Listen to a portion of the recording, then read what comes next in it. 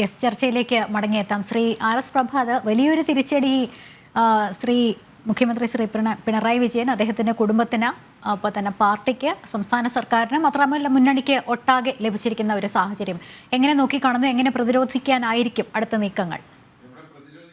ഇല്ലല്ലോ, ഇത് നോക്കൂ, BJPയുടെ പ്രതിനിധി പിന്റു ഇവിടെ പറയേണ്ടായി, ഇന്ത്യ കണ്ട ഏറ്റവും വലിയൊരു അഴിമതി അതൊരു സൂര്യപുത്രൻ കണ്ടുപിടിച്ചു എന്ന് പറഞ്ഞോ?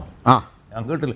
ഇന്ത്യ കണ്ട ഏറ്റവും വലിയ അഴിമതി അങ്ങനെ പറഞ്ഞോ? എനിക്കറിയില്ല. അത് പറഞ്ഞത് BJP പുള്ളിയത് പറയട്ടെ, എനിക്കറിയില്ല, ഞാൻ കേട്ടില്ല. അല്ല, അത് ചേട്ടൻ കേട്ടിട്ടുണ്ടാവില്ല, ഞാൻ കേട്ടു. അങ്ങനെയല്ല, അങ്ങനെ ഇന്ത്യ കണ്ട അല്ലല്ല, അത് എനിക്കുള്ള സമയം ഞാനൊന്ന് പറയാ, ഞാനതൊരു ആലങ്കാരികമായി പറഞ്ഞത്. എന്താ സൂര്യപുത്രി എന്ന് പറഞ്ഞാൽ വീണ വിജയൻ, നിങ്ങൾ സൂര്യനായിട്ടാണ് കാണുന്നത്. ജോർജ് പുത്രൻ എന്ന് പറഞ്ഞാൽ ഷോൺ ജോർജ്. ഞാനത് ആലങ്കാരികമായി പറഞ്ഞത്. ആയിക്കോട്ടെ, താങ്കൾ പറഞ്ഞ വാക്കുകൾ ഞാൻ വീണ്ടും പറയുന്നു എന്നേ ഉള്ളൂ.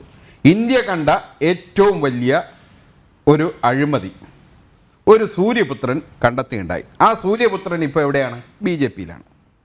ആ സൂര്യപുത്രൻ ഏത് പെൻഷൻ എടുത്തിട്ടാണ് ഇവിടെ ഇഷ്ടം പോലെ കോറികൾ തുടങ്ങി ഈ എന്തെല്ലാം കാര്യങ്ങൾ ചെയ്തു എന്നുള്ളത്?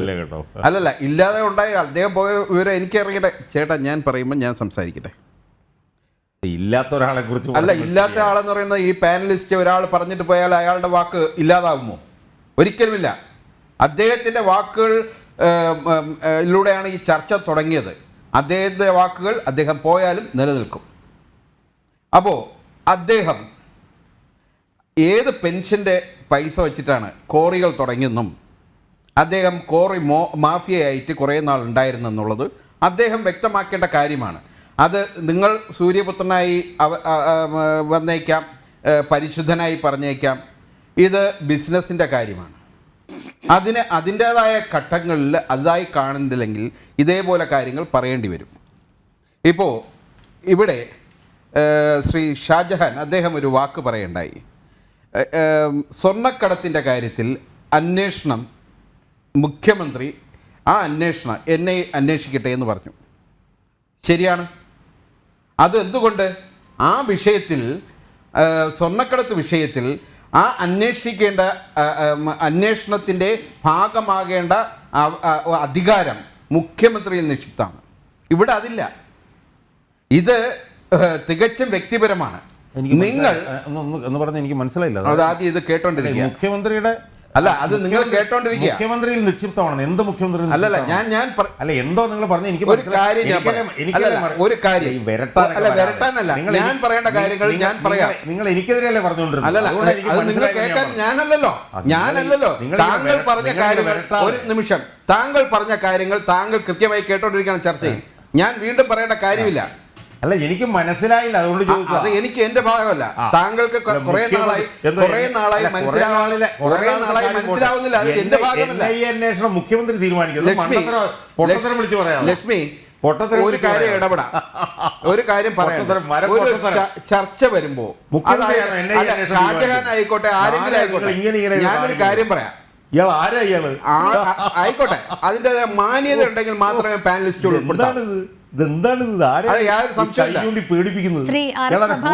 അങ്ങനല്ല. ആ കാര്യം അല്ലല്ല, അത് ശരിയായില്ല. ഞാൻ ചോദിക്കട്ടെ, എനിക്ക് മനസ്സിലായില്ല. ഈ സ്വർണ്ണക്കടത്ത് അന്വേഷണം എന്നെ അന്വേഷിക്കട്ടെ എന്ന് സധൈര്യം പറഞ്ഞ മുഖ്യമന്ത്രി പിണറായി വിജയൻ ഇപ്പോൾ എക്സാലോജിക്കിന്റെ കാര്യം അദ്ദേഹം ചോദിച്ചത്.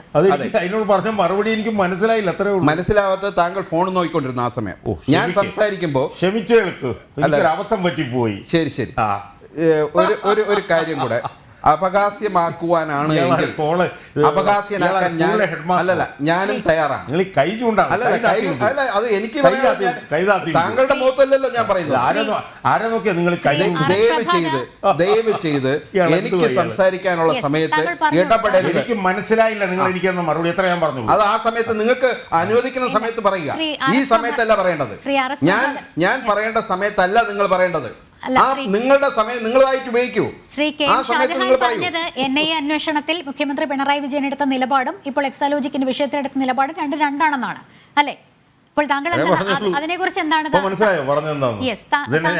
താങ്കൾ അതിലെന്താണ് മനസ്സിലാക്കിയിരിക്കുന്നത് എന്നറിയില്ല. താങ്കൾ എന്നാലും പറഞ്ഞോളൂ, താങ്കളുടെ സമയം. ലക്ഷ്മി കേട്ടതാണല്ലോ, ഇത് കേട്ടോണ്ടിരിക്കുന്ന ലക്ഷങ്ങൾ കേട്ടതാണ്. എൻ്റെ ഭാഗം ഞാൻ പറയാം. ഷാജഹാനെ പഠിപ്പിക്കാൻ ഞാൻ ആളല്ല.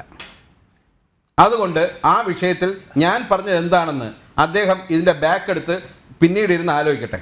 എനിക്കത് പറയേണ്ട കാര്യമില്ല. ശ്രീ ആർ എസ് പ്രഭാത്, ചോദ്യം അങ്ങനെയല്ല, ഞാനൊരു വിഷയം പറഞ്ഞു. ആ വിഷയം ഞാൻ മുന്നോട്ട് കൊണ്ടുപോകുമ്പോൾ അതിനെ തടുക്കുവാൻ വേണ്ടി ശരിയല്ല. ഞാൻ മറുപടി കൊടുക്കുക, അവതാരികെങ്കിലും മറുപടി എനിക്ക് തരണ്ട. ഞാൻ പറഞ്ഞത് എന്താണെന്ന് അവതാരിക പറഞ്ഞോളൂ, അതിനെങ്കിലും മറുപടി കൊടുക്കുക.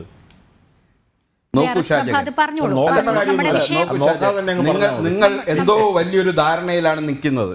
അത് മാറ്റി സാധാരണ മനുഷ്യനായി നിങ്ങൾ സംസാരിച്ചാൽ ഞാനും ഓക്കെ. സാധാരണ മനുഷ്യനെ സംസാരിച്ചിരിക്കുന്നു. എന്തോ ചെറിയ തെറ്റിദ്ധാരണയുണ്ട് നമ്മുടെ വിഷയത്തിൽ. പരസ്പരം ഒരു പക്ഷേ ഈ വിഷയത്തിൽ പരസ്പരം തർക്കങ്ങൾ വരുന്നത് വിഷയത്തിലേക്ക് വരാം. ഞാൻ പറഞ്ഞു എനിക്ക് മനസ്സിലായില്ല എന്ന് പറഞ്ഞാൽ നിങ്ങൾ അതങ്ങ് വിശീലിച്ചാൽ പോരെ. നിങ്ങൾ എന്തിനാണ് കിടന്ന് ബലം പിടിക്കുന്നത്? അല്ലല്ല, താങ്കൾ പറഞ്ഞ എനിക്ക് മനസ്സിലായില്ല. താങ്കളെ പഠിപ്പിക്കാൻ ഞാൻ ആളല്ല, അത്ര തന്നെ. താങ്കളെ പഠിപ്പിക്കാൻ നീ കഴിയില്ല.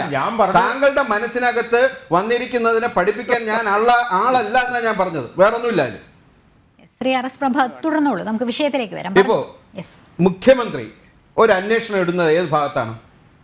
ഒരുപാട് നാള് താങ്കളും ഒരു നിമിഷം പറയണ കേൾക്കൂ. ഈ വിഷയങ്ങളിൽ കേന്ദ്ര ഏജൻസികൾ ലക്ഷ്മി കേട്ടോളൂ. ഒരു മുഖ്യമന്ത്രി ഏത് വിഷയത്തിലാണ് അന്വേഷണം ഇടുന്നത്? അദ്ദേഹവുമായി ബന്ധപ്പെട്ട, അദ്ദേഹത്തിൻ്റെ സ്റ്റേറ്റുമായി ബന്ധപ്പെട്ട വിഷയങ്ങളിലാണ് ഒരു മുഖ്യമന്ത്രി അന്വേഷണം ഇടുന്നത്. വ്യക്തിപരമായ ഇതിൽ, വ്യവസായപരമായ വിഷയങ്ങളിൽ, അതുമായി ബന്ധപ്പെട്ട കേസുകളിൽ അതിന് ബന്ധപ്പെട്ട കമ്പനി ആക്ട് ഉണ്ട്. ആ ആക്ട് പ്രകാരമാണ് ഇവിടെ ഈ ഇന്ത്യയിൽ എവിടെയും കേസെടുക്കുന്നത്. അത് മുഖ്യമന്ത്രിക്ക് കേസെടുക്കാൻ പറയാനുള്ള അധികാരമൊന്നും ആ രീതിയിലില്ല. വ്യവസായ മന്ത്രിക്ക് പറഞ്ഞോ? അതെ, അങ്ങനെ അധികാരം പ്രത്യേകിച്ചില്ല. അതിലൊരു നിലപാട് തീർച്ചയായും അതിലൊരു നിലപാട് വ്യക്തമാക്കുക മാത്രമാണ് വേണ്ടത്. ഒരു നിമിഷം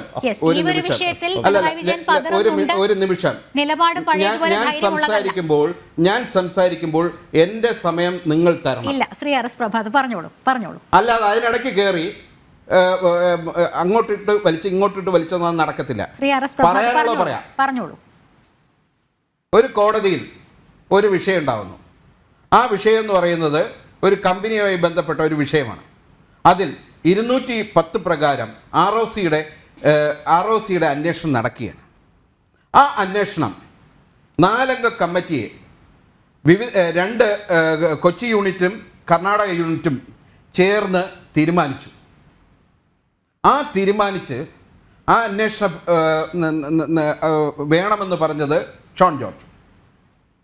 ആ നിമിഷത്തിലാണ് ഷോൺ ജോർജ് BJP ചേരുന്നത്. BJP ചേർന്നതിന് ശേഷം അവിടെയാണ് കോടതിയിൽ ROCയുമായി ബന്ധപ്പെട്ട കേസിൽ പറയുകയുണ്ടായിരുന്നു 210 അല്ല 212 വേണ്ടത്. ആദ്യം നിങ്ങൾ പരിശോധിക്കൂ. ആദ്യം ഈ കേസ് ഫയൽ ചെയ്ത സമയത്ത് അവരുടെ അഡ്വക്കേറ്റ് പറഞ്ഞത് കമ്പനി ആക്ട് 210 പ്രകാരമാണ് ഈ അന്വേഷണം വേണ്ടത്. എങ്ങനെയാണ് 212 ആയത്? അവിടെയാണ് വിഷയം. അത് തള്ളിക്കളഞ്ഞ സുഹൃത്ത്. നിങ്ങൾ സംസാരിക്കൂ. അല്ല, ഞാൻ സംസാരിക്കാം. ഞാൻ സംസാരിക്കാം. അതായത് ഞാൻ പറഞ്ഞ ഒന്നുകൂടെ പറയാം. 210 ഉള്ളപ്പോൾ എന്തിനാണ് 212 വീണ വിജയൻ്റെ അഭിഭാഷകൻ കർണാടക ഹൈക്കോടതി ചോദിച്ചു. അപ്പോൾ കേന്ദ്ര ഗവൺമെൻറ്റിൻ്റെ പ്രതിനിധി വന്നിട്ട് പറഞ്ഞു 212 ഇട്ട് കഴിഞ്ഞാൽ പിന്നെ 210 കീറക്കടലാസിൻ്റെ വിലയുള്ളൂ എന്ന് പറഞ്ഞു. അത് കർണാടക ഹൈക്കോടതി സമ്മതിച്ചിട്ടാണ് ഈ കോടതി തള്ളിക്കളഞ്ഞത്. ആ വാദം, ആ കോടതി ചവറ്റുകൊട്ടെ കളഞ്ഞ വാദം എടുത്തുകൊണ്ട് ഇങ്ങനെ വീണ്ടും വന്നിരിക്കുകയാണ്. എന്ത് ചെയ്യാൻ പറ്റും? ഇത് എങ്ങനെ ഇങ്ങനെ പറഞ്ഞ് ബോധ്യപ്പെടുത്തും? കർണാടക ഹൈക്കോടതി ആ വാദം തള്ളിക്കളഞ്ഞാണെന്ന് അത് ആരോ എഴുതി കൊടുത്ത് വിട്ടിരിക്കുകയാണ്. എൻ്റെ ഇടതുപക്ഷ സുഹൃത്തിനെ ഞാൻ എന്ത് പറയാനാണ്? എനിക്കൊന്നും പറയാനില്ല. ഇത്രേ എനിക്ക് പറയാനുള്ളൂ. കർണാടക ഹൈക്കോടതി തള്ളിക്കളഞ്ഞ വാദം എടുത്ത് കൊണ്ടുവന്നിരിക്കുകയാണ് ഇങ്ങോട്ട്. കർണാടക ഹൈക്കോടതി തള്ളിക്കളഞ്ഞില്ല, പിന്നെ ആ വാദത്തിന് എന്താണ് പ്രസക്തി? എനിക്ക് മനസ്സിലാവുന്നില്ല. എനിക്കറിയില്ല. ഇനിയിപ്പം ഇവിടെ ജോർജ് ജോസഫ് ഇരിപ്പുണ്ട്. ഇപ്പം ജോർജ് ജോസഫിന് എന്തെങ്കിലും പറയാനുണ്ടോ എന്നുള്ളത് എനിക്കറിയില്ല. ഞാൻ മനസ്സിലാക്കിയിട്ടുള്ളത് ഇതാണ്. ഒറ്റ മിനിറ്റ് കർണാടക ഹൈക്കോടതിയിലെ മുഴുവൻ വാദങ്ങളും വായിച്ച ആളാണ് ഞാൻ. ഈ വാദം നടന്നപ്പം മുഴുവൻ വായിച്ച ആളാണ്. കർണാടക ഹൈക്കോടതിയിൽ എക്സാലോജിക്കിന്റെ അഭിഭാഷകനായിട്ടുള്ള അരവിന്ദ് ദത്താറ് ഉന്നയിച്ച് കർണാടക ഹൈക്കോടതി തള്ളിക്കളഞ്ഞ ഈ സ്റ്റൈലായിട്ടുള്ള വാദമാണിത്. അതിവിടെ പറയുന്നതിന് വല്ല പ്രസക്തിയുണ്ടോ? അത് തള്ളിക്കളഞ്ഞു കഴിഞ്ഞു. എന്നിട്ട് അതിനെ തുടർന്ന് എക്സാലോജിക്കിന്റെ ഹർജിയും തള്ളിക്കളഞ്ഞു. എന്നിട്ട് ഇടതുപക്ഷ പ്രതിനിധി ഇവിടെ കൊണ്ടുവന്നിട്ട് ഇത് പറയാന്ന് പറയും. എന്ത് ചെയ്യാൻ പറ്റും എന്ന് മാത്രമേ എനിക്ക് ചോദിക്കാൻ. കഴിഞ്ഞോ? നോക്കൂ, 210 പ്രകാരം കർണാടക ഹൈക്കോടതിയിലല്ല കേസെടുത്തിരിക്കുന്നത്. അത് എൻ്റെ സുഹൃത്ത് മനസ്സിലാക്കിയ കൊള്ളാം. നമ്മുടെ ഹൈക്കോടതി, എറണാകുളത്ത് ഹൈക്കോടതിയിലാണ് 210 പ്രകാരമുള്ള കേസുള്ളത്. ആ കേസിൽ 212 പോയതിന് ശേഷമാണ് FSIയുടെ അന്വേഷണം വന്നത്. അത് മനസ്സിലാക്കാനുള്ള ഒരു ബോധ്യം താങ്കൾക്കില്ലാത്തതിന് ഞാൻ എന്ത് ചെയ്യാനാണ്? ഞാനൊരു മറുപടി അല്ലല്ല നിങ്ങൾ പറഞ്ഞു. കാരണം എന്താണെന്നറിയോ, നിങ്ങൾ പറയുന്ന പൊട്ടത്തരം ജനം കേട്ടോ. ഞാൻ ഒന്നും പറയുന്നില്ല. താങ്കൾ പറയുന്ന പൊട്ടത്തരം ഞാൻ കേട്ടോണ്ടിരിക്കേണ്ട കാര്യമില്ല. ഞാൻ പറഞ്ഞ നിങ്ങൾ പറയുന്നതോടെ ജനം കേൾക്കട്ടെ. ഞാൻ ഒന്നും മിണ്ടുന്നില്ല. നിങ്ങൾ പറഞ്ഞോ. ലക്ഷ്മി, ഇത് താങ്കൾ ഇവരുടെ മാത്രം അതല്ല, താങ്കൾ പ്രകോപിതനാകുന്നു, അല്ലാതെ ജോർജ് സാർ പറഞ്ഞില്ലെങ്കിൽ ഞാൻ പറയാം. ജോർജ് സാർ പറയുന്നു. അല്ല, BJPയുടെ പ്രതിനിധി പിന്നെ ഒരു കാര്യം മനസ്സിലാക്കണം. ജോർജ് സാർ പറഞ്ഞില്ലെങ്കിൽ കാരണം ശ്രീ പ്രിന്റു മഹാദേവ് ഇതിന് മറുപടി പറഞ്ഞാൽ ഒരു പക്ഷേ വീണ്ടും അതിലേക്ക് രാഷ്ട്രീയം എല്ലാം ഷാജഹാനാണ് തീരുമാനിക്കുന്നത്. പിന്നെ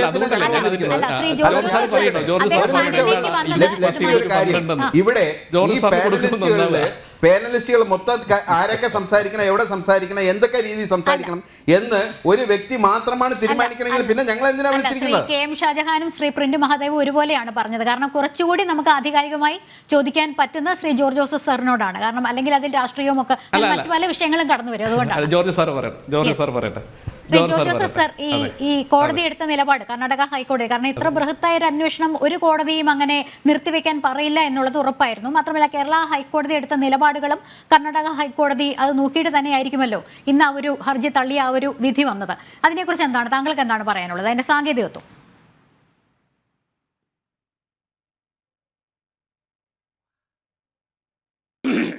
ഞാൻ രാഷ്ട്രീയമല്ല പറയുന്നത്, ഞാൻ നിയമപരമായ കാര്യങ്ങൾ മാത്രമാണ് എൻ്റെ അറിവിൽ പറയുന്നത്. അതുകൊണ്ട് ഷാജഹാനോ ആരോ ഒന്നും അത് എതിർപ്പൊന്നും പറയാതെ മിണ്ടാതെ അവിടെ നിന്ന് ഇരുന്നേ ഒരു 5 മിനിറ്റ്. എന്താണെന്നറിയോ, കർണാടകയിലെ ഇപ്പം വീണ വിജയൻ കൊടുത്ത ആ പരാതിയിൽ അതിനകത്ത് ഏതായാലും അന്വേഷണം നടക്കട്ടെ എന്നൊരു വിധി വന്നു. അപ്പോൾ അന്വേഷണം മുന്നോട്ട് പോകും. അതിന് അറസ്റ്റ് ചെയ്യാനുള്ള സാധ്യതയുണ്ടോ എന്ന് ചോദിച്ചു. ഇല്ല എന്ന് പറഞ്ഞു. ഈ വീണ വിജയൻ അവിടെ കൊടുത്തിരിക്കുന്ന എക്കോ വരുന്നുണ്ട് പരാതിയുടെ അതിൻ്റെ അടിസ്ഥാനം എന്ത് അന്വേഷണമാണ് SFIO നടത്തുന്നത്, ആ അന്വേഷണത്തിൻ്റെ വിവരങ്ങൾ അറിയണം. തീർച്ചയായിട്ടും ആ ഒരു പരാതിക്കാരിക്ക് ആ എന്താണ് അന്വേഷിക്കുന്നത് തന്നെ പറ്റി എന്നുള്ള അറിയാനുള്ള അവകാശമുണ്ട്. അത് ചോദിച്ചു. അതിപ്പോൾ അവർക്ക് കിട്ടുകയും ചെയ്തു. അപ്പോൾ 1,72,00,000 ഒരു കണക്കാണ് ഇതുവരെ. ബാക്കി കണക്കൊന്നും നമുക്ക് ആർക്കും ഒന്നും അറിഞ്ഞുകൂടാ. ഈ CMRL കൊടുത്ത് അവർക്ക് ഇതേപ്പറ്റി ഒരു പരാതിയേ ഇല്ല. പിന്നെ CMRL അതിൻ്റെ GST അവർ തന്നെ വീണ വിജയന് വേണ്ടി CMRL അടച്ചും കഴിയും. ഇനി അതിനകത്ത് മിച്ചമുള്ളത് ഇൻകം ടാക്സിൻ്റെ പ്രശ്നമാണ്. ആ 1,72,00,000 രൂപയുടെ ഇൻകം ടാക്സ് കൊടുക്കാനായിട്ട് തീർച്ചയായിട്ടും വീണ വിജയൻ ബാധ്യസ്ഥയാണ്. പക്ഷേ ഇൻകം ടാക്സ് ആക്ട് അനുസരിച്ച് നമ്മൾ ഇൻകം ടാക്സ് കൂടുതലടയ്ക്കുകയോ കുറവടച്ചാലും ശരി, അത് പിന്നീട് അത് കറക്റ്റ് പൊസിഷൻ വരുമ്പോൾ അങ്ങോട്ടും ഇങ്ങോട്ടും തരും. നമ്മൾ അടയ്ക്കാൻ വിട്ടുപോയിട്ടുണ്ടെങ്കിൽ അതിന് ഒരു പെനാൽറ്റി വരും. അപ്പോൾ 1,72,00,000 തീർച്ചയായിട്ടും ഒരു പെനാൽറ്റി അടച്ചാൽ മതി. അതിനകത്ത് ഒരു അറസ്റ്റോ ബഹളോ ഒന്നും ഉണ്ടാവില്ല. നമ്മുടെ ഇപ്പം ഇരിക്കുന്ന ആരെന്ത് പറഞ്ഞാലും ശരി 1,72,00,000 നിയമവിരുദ്ധമായോ എങ്ങനെ ആയിക്കോട്ടെ CMRൽ നിന്ന് പോയി കഴിഞ്ഞിരിക്കുന്നു. ഇനി ഇവിടെ പ്രശ്നം വരാൻ പോകുന്നത് ബാംഗ്ലൂരിലെ അല്ലെങ്കിൽ കർണാടകയിൽ പറഞ്ഞപ്പം അറസ്റ്റ് ഉണ്ടാവും എന്ന് ചോദിച്ചപ്പോൾ ഇല്ല, അത്രയ്ക്കുള്ളൊരു പ്രശ്നമില്ല, പ്രിലിമിനറി എൻക്വയറിയിലാണെന്ന് പറഞ്ഞ് ഒഴിഞ്ഞു. ഏതായാലും ഇന്ത്യയെ സംബന്ധിച്ചിടത്തോളം നമ്മളെ ഒരു ബിസിനസ് ഇപ്പം ഇപ്പം ലാവ്ലിൻ്റെ ആസ്ഥാനത്ത് തന്നെ ഒരു വീടെടുത്തിട്ട് അവിടെ ഒരു ബിസിനസ് Sky 11 എന്ന പേരിൽ അവർ സ്റ്റാർട്ട് ചെയ്ത് കഴിഞ്ഞു. അപ്പോൾ അതിൻ്റെ കാര്യങ്ങളൊക്കെ ഇപ്പം വെളിയിലോട്ട് വന്നുകൊണ്ടിരിക്കുകയാണ്. അതിനൊരു ഒഫൻസ് ഞാൻ കാണുന്നില്ല. എന്തിനാണ്? നമുക്ക് ആർക്ക് വേണമെങ്കിലും എവിടെ പോയി ഒരു ബിസിനസ് നടത്താം. അതിൻ്റെ അകത്തൊരു ഒഫൻസ് ഇല്ല. അതിന് ആ ഇൻകം ടാക്സിൻ്റെ ഇന്ത്യയിൽ കൊടുക്കുന്ന ആ റിട്ടേണിനകത്ത് വിദേശത്തുള്ള മലയാളിയുടെ ഇൻകം കൂടെ ഇപ്പം ചേർക്കണമെന്നുണ്ട്. അത് ഡിസ്ക്ലോസ് ചെയ്യണം. അത് ചെയ്തുകൊണ്ടിരിക്കുന്ന കാര്യം ഇനി വരാൻ പോകുന്ന ഇതിൽ പ്രത്യേകിച്ച് പ്രശ്നമൊന്നും ഇല്ലെങ്കിൽ ഈ ഒരു അഡ്രസ്സേ ഇല്ലാതായെന്നാണ് അറിയാൻ സാധിക്കുന്നത്. ഈ ഡയറക്ടർഷിപ്പിലും വിലാസത്തിലും ഒക്കെ തിടുക്കപ്പെട്ട ഒരു തിരുത്തലുണ്ടായി എന്നുള്ളതാണ്. ലിങ്ക്ഡിനിൽ ഒക്കെ കൊടുത്തിരുന്ന പ്രൊഫൈലൊക്കെ തിരുത്തലുണ്ടായി എന്നാണ് അറിയാൻ സാധിക്കുന്നത്.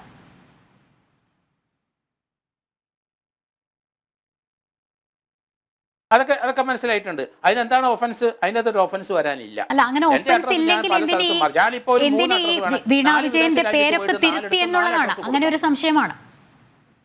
അല്ല, അത് രാഷ്ട്രീയമാണ്. അത് രാഷ്ട്രീയമായിട്ട് തന്നെ പോവുകയാണ്. കാരണം ഇതിനകത്ത് ഇപ്പം പ്രശ്നം വരാൻ പോകുന്ന KSIDCക്ക് തന്നെയാണ്. കാരണം അതാണ് ഇതിനകത്ത് വരാൻ പോകുന്നൊരു പ്രശ്നം. KSIDC ഒരു പൊതുമേഖലാ സ്ഥാപനമാണ്. അതിനവിടെ ഒരു ഡയറക്ടറുണ്ട്. അവർക്ക് 14%, 13%, 14% ഷെയർ CMRലുണ്ട്. അപ്പോൾ അത് ഗവൺമെൻറ്റിന് ഷെയറുള്ള ഒരു സ്ഥാപനമാണ്. ഗവൺമെൻറ് ഷെയറുള്ള സ്ഥാപനത്തിൽ ഒരിക്കലും ഒരു രാഷ്ട്രീയക്കാരന് പണം കൊടുക്കാൻ പാടില്ല. CMRലിന് ഗവൺമെൻറ് ഷെയർ ഉള്ളത് കൊണ്ട് അവിടെ രാഷ്ട്രീയക്കാർക്കും പണം കൊടുക്കാൻ പാടില്ല. അപ്പോൾ അത് ഇവിടെ ഒരു വയലേഷൻ നടത്തി കഴിഞ്ഞു. അത് CMRൽ ആ രാഷ്ട്രീയ പ്രവർത്തകർ പണം കൊടുത്തിരിക്കുന്നത് 13% ഷെയർ ഉണ്ട്. ഇവിടുന്ന് ഒരു ഡയറക്ടറെ അവിടെ അയക്കണം.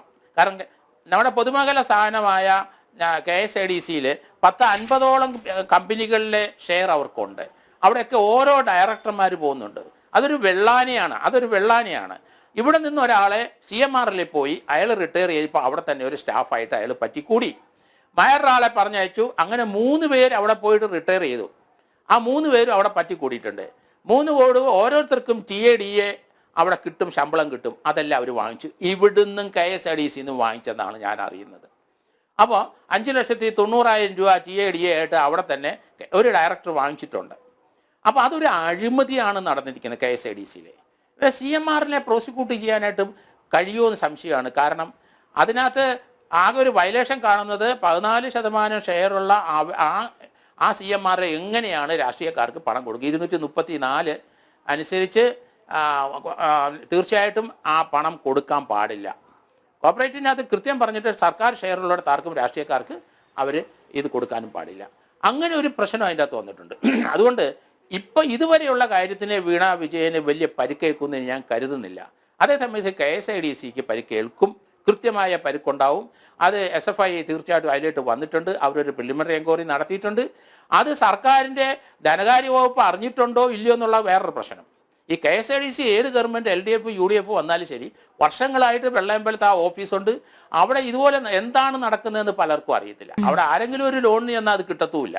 അപ്പോൾ അതുകൊണ്ട് KSIDC ആണ് ഇതിനകത്ത് പ്രശ്നം ബലിയാടാകാൻ പോകുന്നത്. എൻ്റെ ഒരു കണക്കൂട്ടൽ അങ്ങനെയാണ്. തൽക്കാലത്തിന് വീണ വിജയനെ ഒന്നും ചെയ്യാൻ പറ്റിയില്ല. കാരണം അന്വേഷണം മുന്നോട്ട് സഹകരിക്കണമെന്ന് കർണാടക ഹൈക്കോടതി പറഞ്ഞിട്ടുണ്ട്. അന്വേഷണത്തിൽ അവർ സഹകരിക്കണം. അവർ പറയുന്ന ഡോക്യുമെൻ്റ് കൊടുക്കണം. ഇതുവരെ 1,72,00,000 അവരെ പ്രോസിക്യൂട്ട് ചെയ്യാൻ ഒരു സ്കോപ്പും ഇല്ല. നമുക്ക് അറിയാതെ ഇനി ധാരാളം പണം അങ്ങോട്ട് വന്നിട്ടുണ്ടോ? അതാണ് നമ്മൾ കണ്ടെത്തേണ്ടത്. ഉണ്ടെന്നുണ്ടെങ്കിൽ തീർച്ചയായിട്ടും അത് എങ്ങനെ കൊടുത്തു, ഏത് സാഹചര്യത്തിൽ കൊടുത്തു. പിന്നെ ഈ മുഖ്യമന്ത്രി വളരെ ക്ലവറാണ്. നമ്മൾ വിചാരിക്കുന്നത് ലാവ്ലിൻ കേസ് നമുക്കറിയാമല്ലോ എത്ര നാളായിട്ട് നടക്കുന്നു. അതിനകത്ത് ആ ലാവ്ലിൻ കേസിനകത്ത് ഒന്നും ചെയ്യാൻ സാധിക്കത്തില്ല എന്നാണ് എൻ്റെ 38 പ്രാവശ്യം മാറ്റിയെങ്കിലും അതിനകത്ത് ഒരു മുഖ്യമന്ത്രിയെ പ്രോസിക്യൂട്ട് ചെയ്യാനുള്ള എലിമെൻ്റ് ഇല്ല, സ്കോപ്പില്ല എന്നാണ് ഞാൻ കരുതുന്നത്. കാരണം അത് അങ്ങനെ അങ്ങ് കിടക്കും. അതേസമയത്ത് മുഖ്യമന്ത്രിയുടെ മകളെ നമുക്ക് 1,72,00,000 രൂപ ആ പണം മുഖ്യമന്ത്രിയുടെ വൈഫിൻ്റെ അല്ലെങ്കിൽ ആ മകളുടെ അക്കൗണ്ടിൽ കൂടെ പോയെന്ന് പറഞ്ഞാൽ അതൊരു ഒഫൻസ്. അതിനകത്ത് മുഖ്യമന്ത്രിയെ നമുക്ക് പ്രോസിക്യൂട്ട് ചെയ്യാൻ പറ്റില്ല. കാരണം പലർക്കും കൊടുക്കുന്ന കൊടുത്ത് ആർക്ക് വേണമെങ്കിലും CMRന് കൊടുക്കാം. അദ്ദേഹത്തിൻ്റെ ഭാഗത്തു നിന്ന് എന്തെങ്കിലും ഗുണഗണങ്ങൾ ഉണ്ടാകുമെന്ന് കരുതിയിട്ടായിരിക്കും തന്നെ കൊടുത്തിരിക്കുന്നത്. പക്ഷേ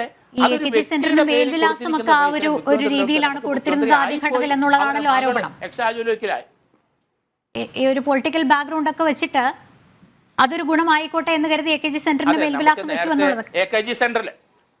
AKG സെന്ററിലൊക്കെ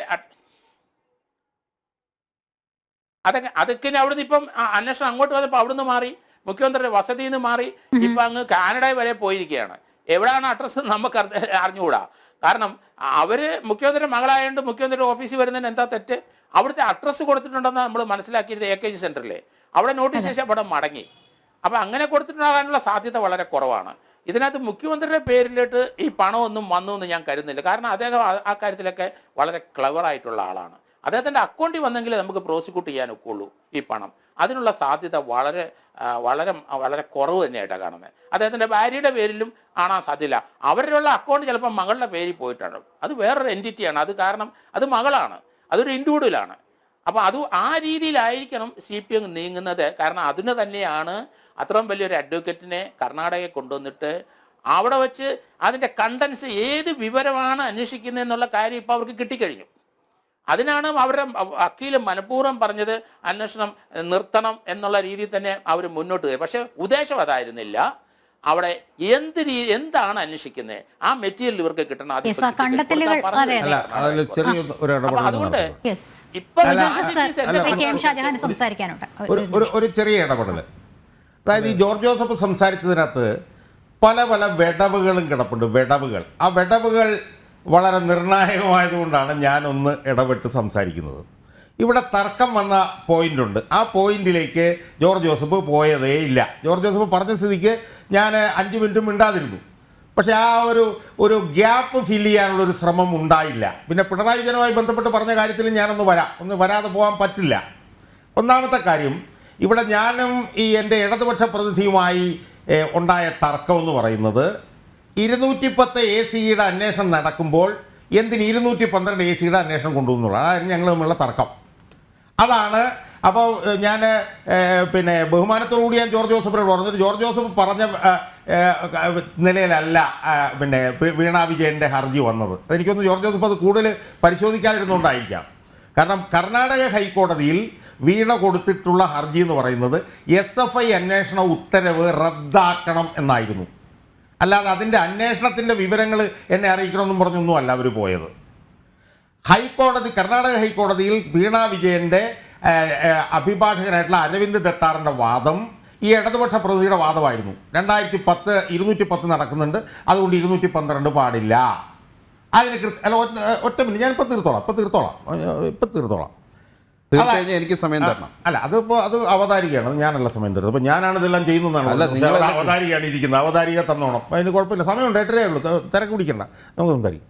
അപ്പോൾ ആ വാദത്തിൽ 212 അങ്ങ് പോകാം എന്നുള്ളതാണ്. 210 പ്രസക്തിയില്ല, 212 വന്നു കഴിഞ്ഞാൽ 210 പ്രസക്തിയില്ല എന്ന് കമ്പനി ആക്ട് 2013 പറയുന്നുണ്ട്. അതാണ് അതിനകത്ത് അവിടെ വന്ന വാദം. അതെനിക്കൊന്ന് ജോർജ് ജോസഫ് അത് കണ്ടില്ല. പിന്നെ ജോർജ് ജോസഫ് ഇത് വളരെ അങ്ങ് ലഘൂകരിച്ചിട്ട് ഉള്ളൊരു സമീപനമായിട്ടാണ് എനിക്ക് തോന്നിയത്. അതെനിക്ക് തോന്നുന്നത് ഈ ഇൻകം ടാക്സ് സെറ്റിൽമെൻറ്റ് ബോർഡിൻ്റെ വിധിന്യായം ഒന്നുകൂടെ വായിച്ചാൽ ജോർജ് ജോസഫിന് ആ ഗ്യാപ്പൊക്കെ ഫില്ല് ചെയ്യാൻ കഴിയുമെന്നാണ് എനിക്ക് തോന്നുന്നത്. കാരണം അതിനകത്ത് വളരെ കൃത്യമായിട്ട് എഴുതി വച്ചിട്ടുണ്ട്. അതെന്താണെന്ന് ചോദിച്ചാൽ അവരുടെ മൊഴി തന്നെ ഉണ്ട്. ഞങ്ങൾ പൊതുമേഖലാ സ്ഥാപനം ഉണ്ടാക്കുന്ന ഉൽപ്പന്നം തന്നെ ഉണ്ടാക്കുന്നുണ്ട്, അതുകൊണ്ട് ഞങ്ങൾക്ക് പ്രശ്നങ്ങളുണ്ട്. ആ പ്രശ്നങ്ങൾ ഇല്ലാതാക്കാനായിട്ട് ഞങ്ങൾ രാഷ്ട്രീയക്കാർ, പോലീസ്, പത്രങ്ങൾ, സർക്കാർ ഉദ്യോഗസ്ഥന്മാർ അവർക്കെല്ലാം പൈസ കൊടുക്കുന്നുണ്ട് എന്ന് പറഞ്ഞിട്ടുണ്ട്. അതിൽ PV എന്ന് പറഞ്ഞ ഒരാൾക്ക് പൈസ കൊടുത്തിട്ടുണ്ടെന്നും പറഞ്ഞു വെച്ചിട്ടുണ്ട്. അതൊന്നും ജോർജ് ജോസഫ് പറയുന്നില്ല. സത്യം പറഞ്ഞാൽ എന്നെ അത്ഭുതപ്പെടുത്തുന്നത് അതൊക്കെ എന്താ കാണാതെ പോയെന്ന്. എന്നിട്ട് ആ പറയുന്ന അബ്രീവേഷൻസിൻ്റെ അടിയിൽ പറഞ്ഞിട്ടുണ്ട്. അതെന്താ പറഞ്ഞിരിക്കുന്നത് അറിയാവോ? എല്ലാ പണമിടപാടുകളും ക്യാഷിലായിരുന്നു. അപ്പം തന്നെ അവിടെ അനധികൃതമായി. 2, ഈ PV ഉൾപ്പെടെയുള്ള എല്ലാവർക്കും പണം കൊടുത്തതുമായി ബന്ധപ്പെട്ടിട്ടുള്ള എല്ലാ വിവരങ്ങളും ഇൻകം ടാക്സിൻ്റെ കയ്യിലുണ്ട് എന്നും അവർ പറഞ്ഞു വെച്ചിട്ടുണ്ട്. അത് ജോർജ് ജോസഫ് ഒന്നുകൂടെ എടുത്ത് വായിച്ച് നോക്കണം. അതായത് ഇവർക്ക് എല്ലാവർക്കും ഞങ്ങൾ പൈസ കൊടുത്തിട്ടുണ്ട്. അത് പൈസ കൊടുത്തത് ഞങ്ങളുടെ താല്പര്യം സംരക്ഷിക്കാൻ വേണ്ടിയായിരുന്നു. അത് കൊടുത്തത് എപ്പോഴാണ് കൊടുത്തത്, അത് എവിടെ വെച്ചിട്ടാണ് കൊടുത്തത്, അത് ഓഫീസിൽ വെച്ചിട്ടാണോ വീട്ടിൽ വെച്ചിട്ടാണോ, അത് പണമായിട്ടാണോ കൊടുത്തത്, ഇതിൻ്റെ മിനിറ്റ്സ് ഉണ്ടോ, ഇത്തരം കാര്യങ്ങളെല്ലാത്തിൻ്റെയും രേഖകൾ ഞങ്ങളുടെ കയ്യിലുണ്ട് എന്ന് ഇൻകം ടാക്സ് ഇൻട്രീം സെറ്റിൽമെൻറ്റ് ബോർഡിൻ്റെ ജുഡീഷ്യൽ ഓർഡറിൽ വളരെ കൃത്യമായി പറഞ്ഞിട്ടുണ്ട്. അപ്പോൾ അങ്ങനെ വരുമ്പോൾ ജോർജ് ജോസഫ് പറഞ്ഞതിനകത്ത് കുറച്ച് ഗ്യാപ്പുകൾ വരും. എന്താണെന്നറിയാമോ? പിണറായി വിജയന് പണം കൊടുത്തിട്ടുണ്ട്. അത് പിണറായി വിജയന് മാത്രമല്ല, ബാക്കിയുള്ള രാഷ്ട്രീയ നേതാക്കന്മാരുടെ എല്ലാം പേര് അതിനകത്ത് കിടപ്പുണ്ട്. അതിൽ അവരെ 1-2 പേരൊക്കെ ഇപ്പൊ കുഞ്ഞാലിക്കുട്ടിയും രമേശ് ചെന്നിത്തലയും പറഞ്ഞ് ഞങ്ങൾ മേടിച്ചതിന് റെസീപ്റ്റ് കൊടുത്തിട്ടുണ്ട്. പക്ഷെ പി വി പറഞ്ഞു ഞാനല്ല എന്ന് പറഞ്ഞു. അദ്ദേഹം ഒരു കള്ളക്കടത്തുകാരനല്ല, രാഷ്ട്രീയ പാർട്ടികൾക്ക് വ്യവസായികളുടെ കയ്യിൽ നിന്ന് പണം വാങ്ങിക്കാൻ. പക്ഷെ ആ പി വി ഞാനല്ല എന്ന് പറഞ്ഞത് മാത്രമാണ്. അപ്പൊ അതിന്റെ അടിയിൽ ഈ രേഖകൾ മുഴുവൻ ഇൻകം ടാക്സിന്റെ ഉണ്ടെന്ന് പറഞ്ഞിട്ടുണ്ട്. ഇനി ആ ജുഡീഷ്യൽ ഓർഡറിൽ പറഞ്ഞിരിക്കുന്ന വേറൊരു കാര്യവും കൂടി ജോർജ് ജോസഫ് കാണാത്ത തന്നെ അത്ഭുതപ്പെടുത്തുന്നു. എന്താണ്? വീണ വിജയന്റെ അച്ഛൻ ഉന്നതനായ ഒരു രാഷ്ട്രീയ നേതാവാണ് എന്നും ആ ജുഡീഷ്യൽ ഓർഡറിൽ പറഞ്ഞിട്ടുണ്ട്. അപ്പോൾ എന്താണ് ഈ പ്രധാനപ്പെട്ട ഭാഗങ്ങളൊന്നും ജോർജ് ജോസഫ് കാണാതെ പോകുന്നത്? അങ്ങനെ കാണാതെ പോകുന്ന ഒരാളല്ല ജോർജ് ജോസഫ്. അതാണ് എനിക്കൊരു സംശയം. അപ്പോൾ തങ്ങൾക്ക് ആവശ്യമുള്ള കാര്യത്തിന് രാഷ്ട്രീയ നേതാക്കന്മാർക്ക് പണം കൊടുത്തു. അവരാ പണം മേടിച്ചത് നിയമവിരുദ്ധമായിട്ടാണ്. ആ പണത്തിൻ്റെ മുഴുവൻ രേഖകളും അവിടെ ഉണ്ട്. ആ പണം മേടിച്ച ഒരു നേതാവിൻ്റെ മകളായിട്ടുള്ള വീണ വിജയൻ 1,72,00,000 രൂപ കൊടുത്തു. അതൊരു സേവനവും ചെയ്യാതെയാണ് ആ പണം കൊടുത്തത്. ഇതൊന്നും എന്തേ ജോർജ് ജോസഫ് കാണാമോ എന്നുള്ളതാണ് എൻ്റെ സംശയം. ഇനി ഒരു കാര്യം കൂടി ലാവലിംഗ് കേസിനെ കുറിച്ചും ജോർജ് ജോസഫ് ചില അഭിപ്രായങ്ങൾ പറഞ്ഞു. അത് 38 പ്രാവശ്യം ഉണ്ടല്ലോ, അതിനകത്ത് പ്രോസിക്യൂട്ട് ചെയ്യാനുള്ള സാധ്യതയില്ല എന്നൊക്കെ ജോർജ് ജോസഫ് പറഞ്ഞു. എനിക്കറിയില്ല, എനിക്ക് എന്നെക്കാളും കൂടുതൽ നിയമപാണ്ഡിത്യം ജോർജ് ജോസഫിന് ഉണ്ടായതുകൊണ്ടായിരിക്കും. പക്ഷേ ഞാൻ ചെറിയൊരു സംശയം ചോദിക്കുന്നത്, ആ കേസിൽ ഞാൻ മനസ്സിലാക്കുന്നിടത്തോളം 3 പേരെ അക്യൂറ്റ് ചെയ്തു, 3 പേര് ട്രയലിന് പോകണമെന്ന് പറഞ്ഞു. 3 പേരെ അക്യൂറ്റ് ചെയ്തവരാരാണ്? ഒന്ന് പിണറായി വിജയൻ, നിയമപരമായി തീരുമാനമെടുക്കുന്ന ആൾ. ഒന്ന് ഊർജ്ജ വകുപ്പ് സെക്രട്ടറി, നയപരമായി തീരുമാനമെടുക്കുന്ന ആൾ. ഒന്ന് എ ഫ്രാൻസിസ്, നയപരമായി തീരുമാനമെടുക്കുന്ന ആൾ. അവർ 3 പേരും അക്യൂറ്റഡ് ആയിട്ട് കഴിഞ്ഞ ദിവസം 82 വയസ്സായി മരിച്ചുപോയ കസ്തൂരി രംഗയ്യർ, പാവപ്പെട്ട ചീഫ് എഞ്ചിനീയർ. അടുത്ത ആൾ ആർ ശിവരാജൻ, ഇലക്ട്രിസിറ്റി ബോർഡിൻ്റെ ചെയർമാൻ. അടുത്തത് KG Rajasekharan Nair, accounts member. അവർ 3 പേരും ട്രയലിന് പോകണമെന്ന്. അത് ആലോചിച്ച് നോക്ക്. നയപരമായി തീരുമാനമെടുത്തവർ അക്വിറ്റഡ്. താഴെ നയപരമായിട്ടുള്ള തീരുമാനങ്ങൾ നടപ്പിലാക്കാൻ ബാധ്യതപ്പെട്ടവർ ട്രയലിന് പോകണം. എന്ത് യുക്തിയാണുള്ളത് എന്നെനിക്ക് മനസ്സിലാവുന്നില്ല. അപ്പോൾ അതുകൊണ്ട് അതിനകത്തും ഒരു കുഴപ്പവുമില്ല എന്ന് ജോർജ് ജോസഫ് ഇങ്ങനെ പറയുമ്പോൾ 6.5 വർഷം നീട്ടിവെച്ച കേസിൽ പിണറായി വിജയനെ എന്തിനാണ് ഇങ്ങനെ കുളിപ്പിക്കുന്നതെന്ന് ഞാൻ പറയുന്നില്ല, ഇങ്ങനെ രക്ഷപ്പെടുത്താൻ ശ്രമിച്ചത് എന്നെനിക്ക് മനസ്സിലാവുന്നില്ല. അപ്പം അതുകൊണ്ട് അത് ഞാനൊരു വിമർശനമായിട്ട് കാണണ്ട. ഞാൻ അതിനകത്തുള്ള ചില ഗ്യാപ്പുകൾ, ജോർജ് ജോസഫ് വിട്ടുപോയ ചില ഗ്യാപ്പുകൾ ഒന്ന് ഫില്ല് ചെയ്യാൻ ഞാൻ ശ്രമം നടത്തി എന്ന് മാത്രമേ ഉള്ളൂ കേട്ടോ. വേറെ തെറ്റിദ്ധരിക്കരുത്. കാരണം എൻ്റെ ഏറ്റവും അടുത്ത സുഹൃത്തുക്കളുടെ ഒരാളാണ് ജോർജ് ജോസഫ്.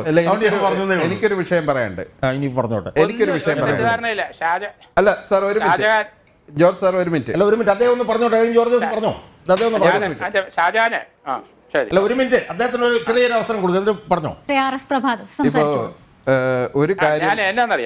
ഒരു കാര്യം ശ്രീ ഷാജഹാൻ മനസ്സിലാക്കണം. ഇത് ഹൈക്കോടതിയിലാണ് ആദ്യം ഈ കേസ് പോകുന്നത്. ആ ഹൈക്കോടതിയിൽ അതിനെപ്പറ്റി റിട്ടയർഡ് SP പറയട്ടെ. ഹൈക്കോടതിയിൽ 210 പ്രകാരമാണ് കേസ് ആദ്യം സ്വീകരിച്ചത്.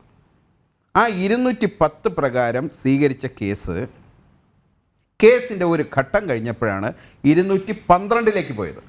ആ 212 പോയപ്പോൾ ഷോൺ ജോൺ എവിടെ നിന്ന് പോയി? BJP പോയി. ഇവിടെയാണ് വിഷയം. ഇതാണ് രാഷ്ട്രീയം. ഞാൻ പറയുമ്പോൾ എന്തിനാണ് നിങ്ങൾ ഇടപെടുന്നത്? നിങ്ങൾ പറയുമ്പോൾ ഞാൻ ഇടപെട്ടിട്ടില്ലല്ലോ. അപ്പോൾ ഞാൻ പറഞ്ഞത് 210 നിന്ന് 212 പോയപ്പോഴാണ് FSIയുടെ അന്വേഷണം വന്നത്. അത് രാഷ്ട്രീയ പ്രേരിതമെന്നാണ് ഞാൻ പറഞ്ഞത്. അത് തള്ളിപ്പോയതല്ലേ ഇടതുപക്ഷ പ്രതി. പിന്നെ നമ്മൾ ചർച്ച അത് കർണാടക ഹൈക്കോടതി തള്ളിക്കളഞ്ഞില്ലേ കേസ്? തള്ളിക്കളഞ്ഞ കേസിനെ കുറിച്ച് നമ്മൾ എന്തിനാണ് ഇങ്ങനെ ചർച്ച ചെയ്യുന്നത്? ഹൈക്കോടതി ഇതിപ്പോൾ ഈ ഷോൺ ജോർജ് പോയത് രാഷ്ട്രീയ പ്രേരിതമാണെന്നൊക്കെ അത് എന്തെങ്കിലും ആകട്ടെ. അങ്ങനെ ആണെങ്കിൽ തന്നെ ഒരു നിമിഷം ശ്രീ ഇദ്ദേഹത്തിനോടൊന്ന് പറയുക.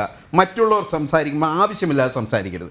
താങ്കൾക്ക് തരുന്ന സമയത്ത് താങ്കൾ സംസാരിക്കുക. ശ്രീ RS പ്രഭാത്, അല്ലെങ്കിൽ നിങ്ങൾ പറയുമ്പോൾ ഞങ്ങൾ ഇടപെടും. ഷോൺ ജോർജിനെ കുറിച്ചും താങ്കൾ ചില അഭിപ്രായങ്ങൾ ഉന്നയിക്കുന്നുണ്ട്, ചില ആരോപണങ്ങൾ. അത് അദ്ദേഹം ഉള്ള സമയത്ത് അദ്ദേഹം അതിന് മറുപടി പറയട്ടെ. എന്തായാലും അദ്ദേഹം രാഷ്ട്രീയ പ്രേരിതമായിട്ടാണ് പോയത് എന്ന് ഇടതു മുന്നണിയുടെ അല്ലെങ്കിൽ CPMന്റെ ആരോപണം. അത് എന്ത് തന്നെയായാലും ഹൈക്കോടതി ഇതിൽ മെറിറ്റുണ്ട് എന്ന് കണ്ടിട്ടായിരിക്കുമല്ലോ കേരള ഹൈക്കോടതിയും കർണാടക ഹൈക്കോടതി ഈ ഹർജി തള്ളിയത്. ആ ഒരു വിഷയത്തിലേക്കാണ്, ആ ഒരു വിഷയത്തിന്റെ പുറത്താണ് നമ്മളെ ചർച്ച നടത്തുന്നത്. എന്തായാലും ചർച്ചയിലേക്ക് മടങ്ങിയെത്താം ഒരു ഇടവേളയ്ക്ക് ശേഷം.